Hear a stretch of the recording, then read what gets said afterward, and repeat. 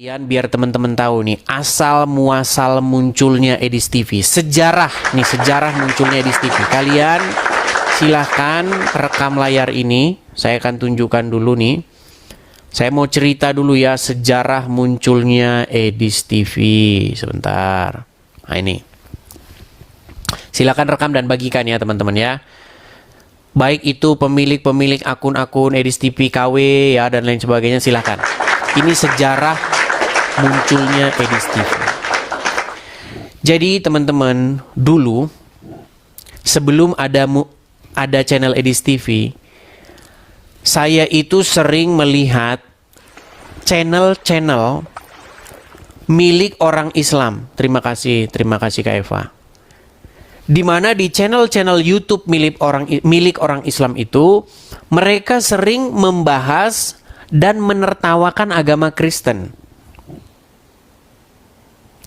Saya akan sebutkan contoh-contoh channel-channel yang sering membahas agama Kristen. Contoh, misalnya channelnya Donditan, terus channelnya Irene Handono, channelnya Graham Walaf, channelnya Zuma, channelnya Nandar, dan banyak sekali. Kalau saya sebutkan sama kalian sampai besok pagi nggak kelar. Ya, channelnya Sanihu Munir, channelnya Ustadz Munzir Situmorang. Pokoknya ada banyak sekali channel-channel Islam yang kerjanya itu membahas agama Kristen. Puncaknya tahun 2017 diundanglah seorang penceramah asal India namanya Zakir Naik. Pada waktu itu sedang heboh Pilkada DKI.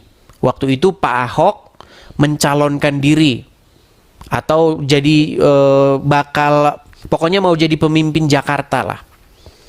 Nah, pada waktu itu Zakir Naik datang, disambutlah pada waktu itu oleh Wakil Presiden Bapak Yusuf Kala. Nah, di dalam ceramahnya itu seperti biasa orang Islam membahas agama Kristen. Bahkan Zakir Naik di situ menantang-nantang. I challenge every Christian. Ketika dia menantang ya di atas podium itu, apa respon orang-orang Islam?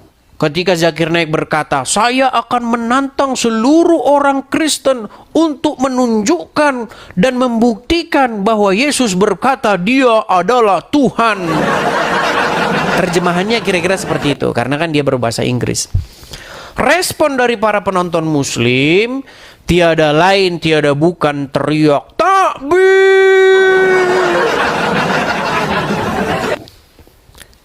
Nah, saya sebagai seorang Kristen yang sudah lama melihat hal seperti ini, saya berpikir nampaknya orang-orang Islam ini perlu dijawab. Jadi saya membuat video-video jawaban. Tetapi saya berpikir, di dalam sebuah permainan catur, itu tidak mungkin kita hanya menjawab atau bertahan terus. Kita juga harus melakukan yang namanya counter attack, serangan balik. Nah, ketika saya membuat argumen-argumen serangan, mempertanyakan agama Islam, maka saya mengalami persekusi. Iya. Bahkan kepala saya dihargai 200 juta rupiah. Siapa yang bisa menemukan Edis TV ini, saya kasih 200 juta katanya. Waduh, pokoknya mengalami persekusi. Akhirnya apa? Akhirnya saya pergi meninggalkan tempat saya. Ya, sampailah saya di sini. Sampailah saya di negeri freedom of speech. Kebebasan untuk berbicara dan mengemukakan pendapat. Karena kita tahu di Indonesia, kita tidak mungkin bisa berbicara tentang agama Islam. Di penjara, kamu di penjara. Nah, ketika saya sampai di sini teman-teman, maka saya ingin menyuarakan suara keadilan dengan maksud tentu saja yang baik. Kalau Anda boleh mengkritik, memberikan pertanyaan-pertanyaan seputar agama Kristen, maka saya pun sebagai seorang Kristen juga seharusnya secara adil, saya juga harusnya bebas boleh mengkritik dan memberikan pertanyaan-pertanyaan kepada agama Islam. Bukankah itu sebuah keadilan? Kita fair kan?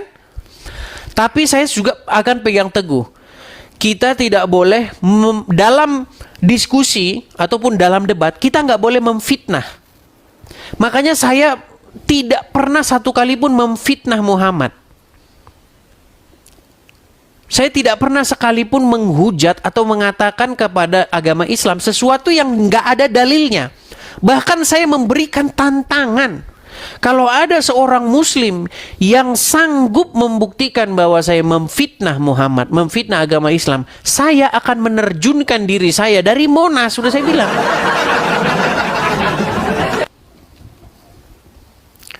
Seperti itu. Nah, karena saya melihat tidak ada tanda-tanda berhenti. Debat ini tidak ada tanda-tanda hentinya, saya lihat. Masih akan terus terjadi. Donditan masih aja terus. Ya, channel-channel Islam yang lain masih aja terus. Jadi kita pun teman-teman, kita juga maju terus. Kita akan jawab counter, ya. Kita harus melakukan jawaban dan juga kita harus melakukan counter kepada para pendebat atau para polemikus Islam tersebut. Seperti itu. Itulah sejarah munculnya Edis TV. Edis TV muncul karena persekusi, karena ancaman-ancaman dari orang-orang Islam.